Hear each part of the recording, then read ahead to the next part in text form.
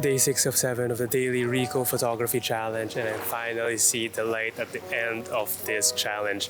I mean, I'm watching the sunrise right now. But I think the past 2 or 3 days I didn't really come away with a lot of beautiful photos, so today I wanted to change things up a bit.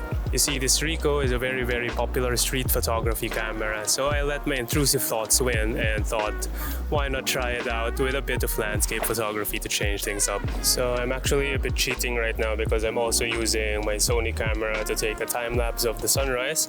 But for today, I want to test out this Ricoh recipe called the Royal Supra, which I've always found interesting from the Ricoh Recipes app because of the way it depicts the color of the scene. And I think it works really well for the sunrise, adds more warmth to the overall scene, and I do have a lot of color today. I didn't expect that there's gonna be a lot of aunties and uncles going for a morning swim today. But maybe that's a weekend activity over here in Siu, Taiwan. So currently just waiting for the sun to rise above the islands over there. There's a lot of cloud cover, but I see an opening underneath, so hopefully when the sun pops out, it's going to explode in terms of colors and then get reflected towards the clouds. Because if you take a look at the clouds above me right now, it's already catching some yellow and golden hues, so I think it's going to be quite promising. Not a lot of compositions from the Ricoh itself because it's a fixed 40mm f2.8 lens, and I think the open water is just a bit empty, though there's a couple of aunties and uncles swimming over there right now, but they look like just dust spots in the sensor.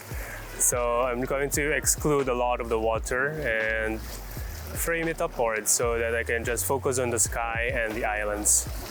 But so far, I think some interesting shots. Let me know what you think.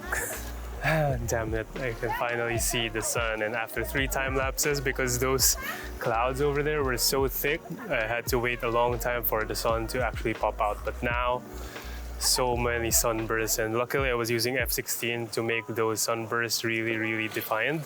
Then after this one, I'm going to do a short hike around the coast and find more compositions with the Ricoh. After doing the street photography the past few days, I thought to listen to what my ex-girlfriend once told me. I need to spice things up to keep it exciting. I think she might be onto something. Or was it someone? So I think there's going to be 2 main challenges today when using the Ricoh for landscape photography. The first one is because I'm doing straight out of camera photography, so that means I need everything unedited and just using the film recipes. So in landscape, I tend to photograph very high dynamic range scenes. So exposing for both the highlights and shadows is going to be a very challenging task, I think, for JPEGs. And the second one is because the Ricoh has a prime lens of just 40mm f2.8.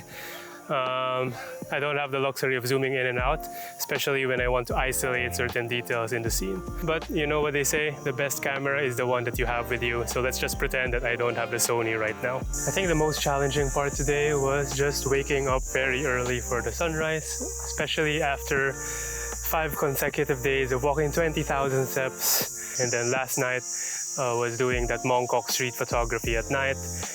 I had to wake up very early today for sunrise, so I'm really glad that I was blessed and rewarded for my efforts, and then I have some really amazing light for now.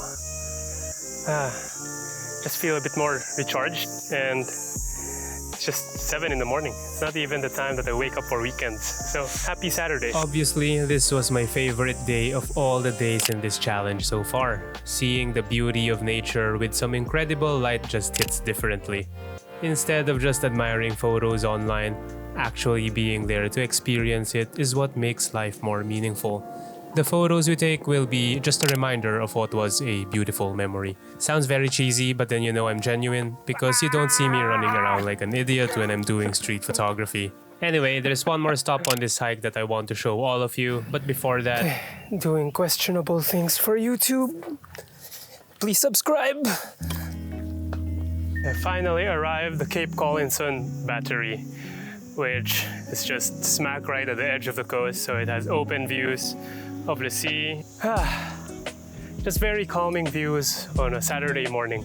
I don't know who traveled and left their luggage over here, but this here is the Cape Collinson battery, which is just like a ruined fort by the coast. And I think this does lead to a nice framing, especially there's like an island right in the middle. So I'm just trying to frame it up from over here.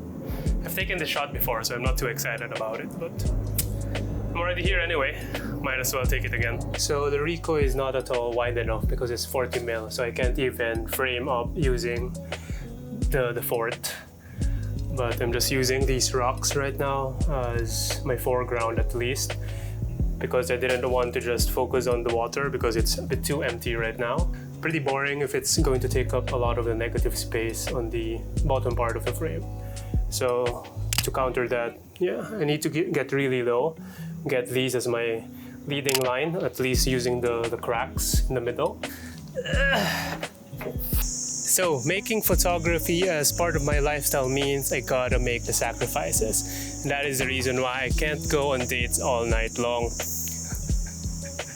But seriously though, some moments like these worth sacrificing some sleep. So I think I'm just going to savor this beautiful moment for now. And I do have some lunch gatherings later, so that's why I forced myself to go out for the sunrise, because it's the only free time that I have to do this daily vlog challenge. But yeah, I think I'm going to call this video a day for now, and hopefully enjoy the shots and see you tomorrow. Thanks for watching.